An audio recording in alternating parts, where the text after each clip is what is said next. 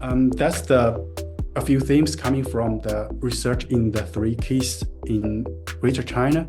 And currently, I'm moving forward this research in East Asia.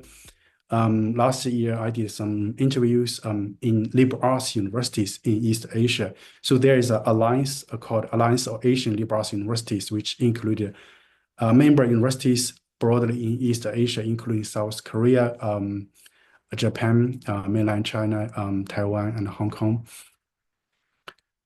So I'm just sharing some preliminary findings from this research regarding liberal arts education in East Asia broadly.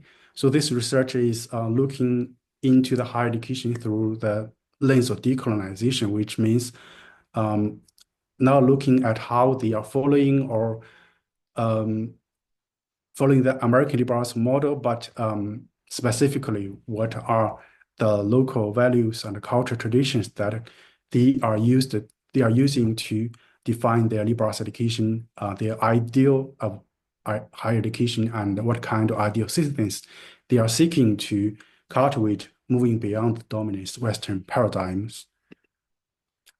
So by looking at the mission documents and the goals of liberal arts education, also interviewing administrators from those institutions, there's a few interesting themes which was related to the institutional type and history, and also the culture and social traditions of those institutions. For example, on one side, they are mentioning their liberal arts education is understood as whole person education, moral, that is for cultivating a moral person or for character development, with a care for peace and harmony from East Asian cultural traditions.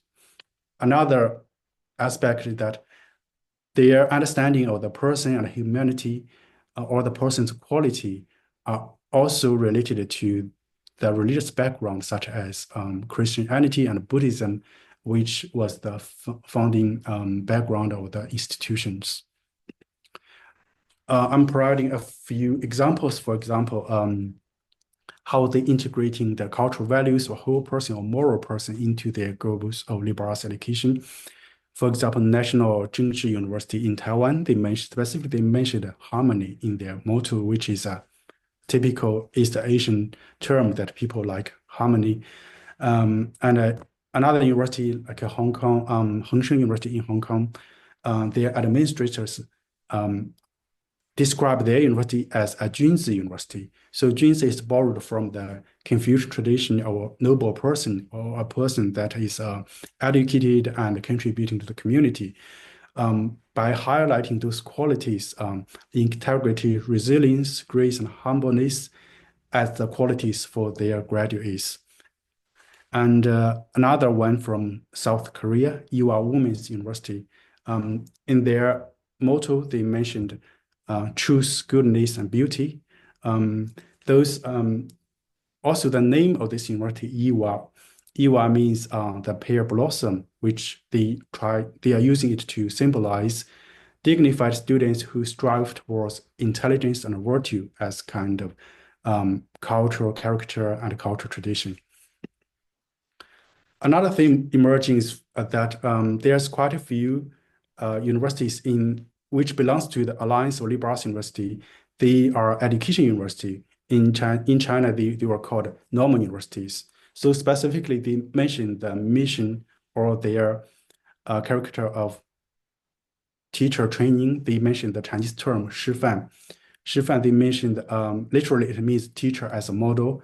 So from interviewees, they mentioned that their teacher education itself emphasized being a role model for others and exemplifying exemplary behavior encompass both cultural knowledge and humanistic qualities, so as well as the spirit of humanism in their graduates as those qualities. So that's the meaning of 师范 comes from the Confucian tradition as teacher as a model.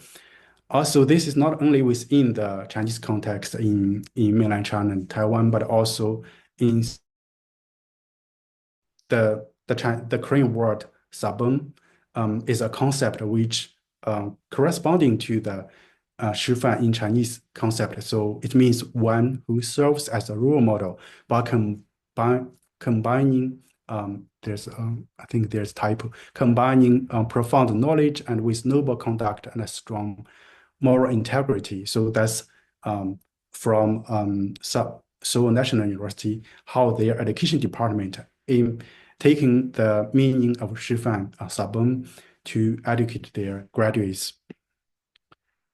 And also, besides the cultural or social context, their mission or their understanding of the quality of a person as the core part of the liberal arts education is also related to their religious background. For example, there are quite a few universities which has a religious background. An interviewee from Sophia University in Japan, she specifically mentioned that there's a spirit service or spirit or their spiritual service in their mission for cultivating graduates, which comes from the Catholic tradition. And in Ewha Women's University, they specifically mentioned that the women education must be modernized under the spirit of Christianity. Educational opportunities for women should be expanded, and female leaders should be nurtured to create a harmonious society. And another one example that is related to their religious background, as Ruth mentioned, Furen University was originally established in mainland China by Ma Xiangbo. Then in the 1950s, it moved to Taiwan and now has been an important university in Taiwan. So in their mission, they specifically mentioned, I think it's corresponding to Ewha Women's University, truth, goodness, and beauty, 真善美. But they combined with the Christianity, holiness. So they mentioned that their mission is to fostering the growth of the whole person on the basis of truth, goodness, beauty, and holiness. That's how they combined or integrated both the Chinese culture and also Christian faith for the goal of cultivating a person or the quality of a person that was in the East Asian context.